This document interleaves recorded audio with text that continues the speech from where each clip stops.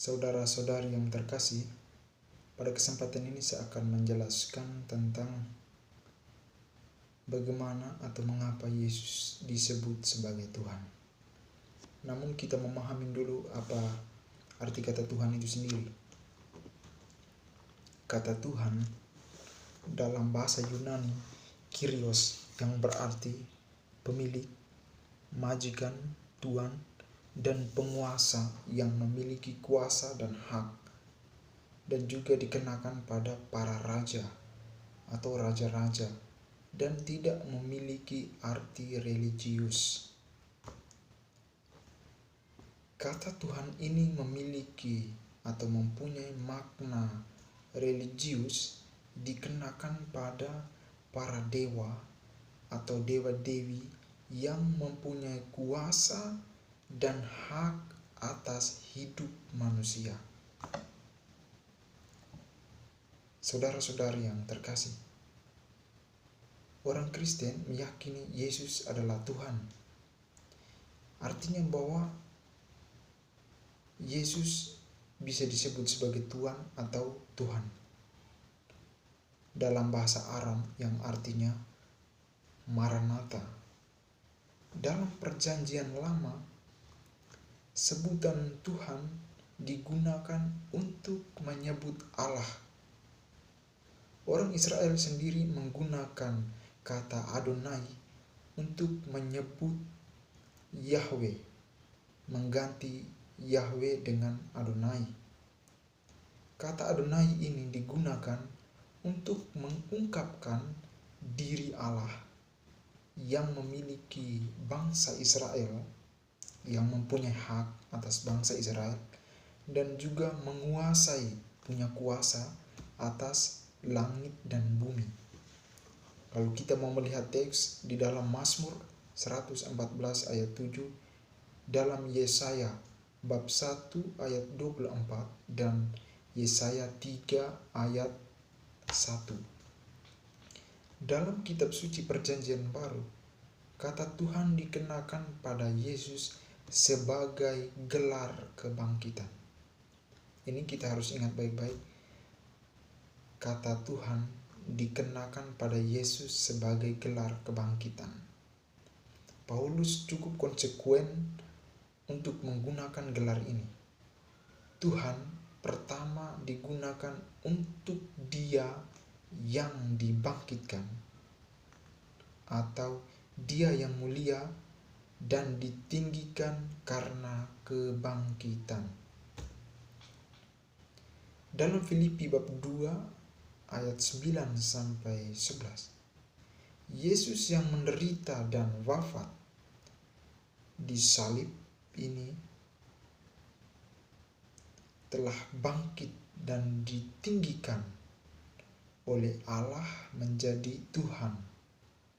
Jadi Yesus disalibkan, bangkit dan ditinggikan oleh Allah menjadi Tuhan, mempunyai kuasa Allah atas bumi dan langit. Kita bisa melihat dalam Matius bab 28 ayat 18. Dengan sebutan Tuhan, Yesus mau disejajarkan dengan Allah sendiri. Dalam Matius bab 4 ayat 7, yang mempunyai kuasa dan sebagai penyelamat, pokok keselamatan itu sendiri dalam Ibrani 5 ayat 9, dan sebagai pusat hidup gereja. Kita melihat dalam Kisah Para Rasul bab 2 ayat 23 sampai 24 dan bab 2 ayat 36, ada dua hal penting di situ yang dikatakan. Yang pertama, Yesus adalah Tuhan. Subjeknya adalah Yesus. Dan ini ditekankan dalam ayat ini. Ada pengakuan akan Yesus itu sendiri sebagai Tuhan. Dan yang kedua, Allah telah membangkitkan Dia. Subjeknya adalah Allah.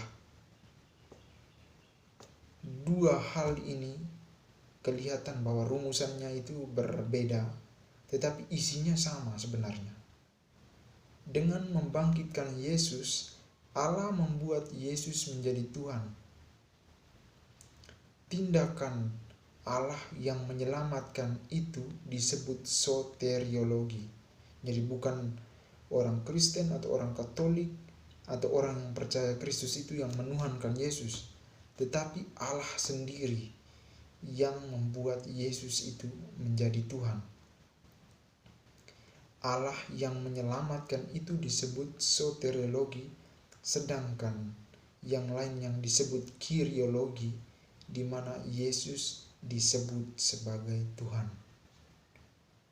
Allah disebut menyelamatkan umat manusia, atau bisa dikatakan dalam pemahaman soteriologi, kita melihat dalam 1 Korintus bab 15 ayat 3-5, Paulus menyebut penyelamatan Allah dengan 3 metafor, yaitu memperdamaikan, pembenaran, dan penebusan.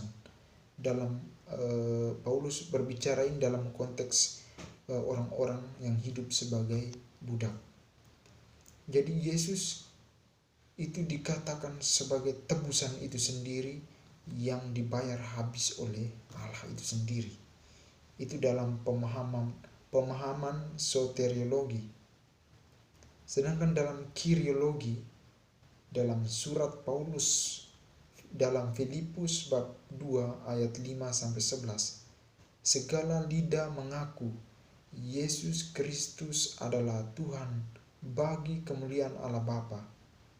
Dalam kyriologi ini tetap dipertahankan gagasan pokok soteriologi, bahwa semua itu adalah karya penyelamatan Allah. Jadi kita sudah memahami mengapa Yesus disebut sebagai Tuhan. Yang pertama, bahwa kata Tuhan itu sendiri dikenakan kepada Yesus atau dikenakan pada Yesus sebagai gelar kebangkitan.